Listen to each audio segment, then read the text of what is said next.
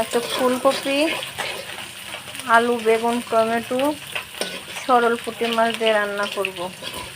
পুরো ভিডিওটা সবাই দেখতে থাকুন, অবশ্যই ভালো লাগবে। এখানে পেঁয়াজগুলো ভেজে নিচ্ছি, তারপরে মশলা দিয়ে দেব। এই যে মশলাটা কষানো হচ্ছে, সব ধরনের মশলা এখানে দিয়ে দিয়েছি। আদা বাটা, রসুন বাটা, জিরা বাটা, কাঁচামরিচ বাটা, ধনিয়া গুঁড়া, ঝালের গুঁড়া দিয়েছি, হলুদ দিয়েছি। এগুলো দিয়ে ভালোভাবে মশলাটা কষিয়ে নেব। তারপর ভেজে রাখা আলু, ফুলকপি, বেগুন দিয়ে ভালোভাবে কষিয়ে নেব। ফুলকপিগুলো হালকাভাবে ভেজে নিয়েছি। আমি রান্না করলে ফুলকপিটা ভেজেই নিই।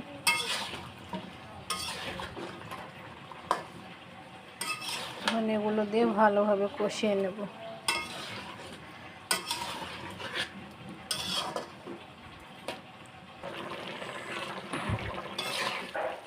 তরকারিটা কষানো প্রায় হয়ে গেছে। এই পর্যায়ে এখন আমি দিয়ে দেবো কেটে রাখা টমেটোগুলো দিয়ে দেবো।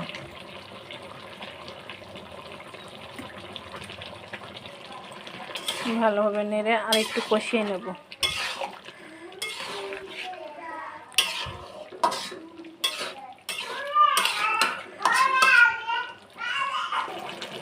সব কিছু ভালোভাবে সিদ্ধ হয়ে গেছে।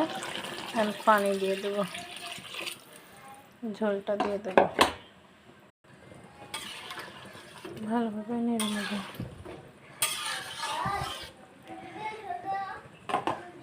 এখন দিয়ে দেব ভেজে রাখা বড়ি আর মাছগুলো দিয়ে দেব।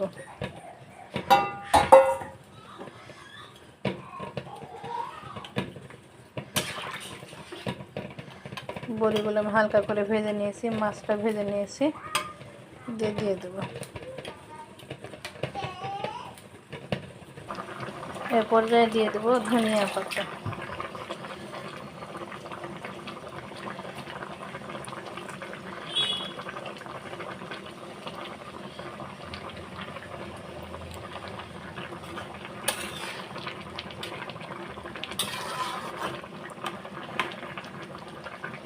তরকারিটা হয়ে গেছে প্রায়, আর কিছুক্ষণ নেড়ে নামিয়ে নেব।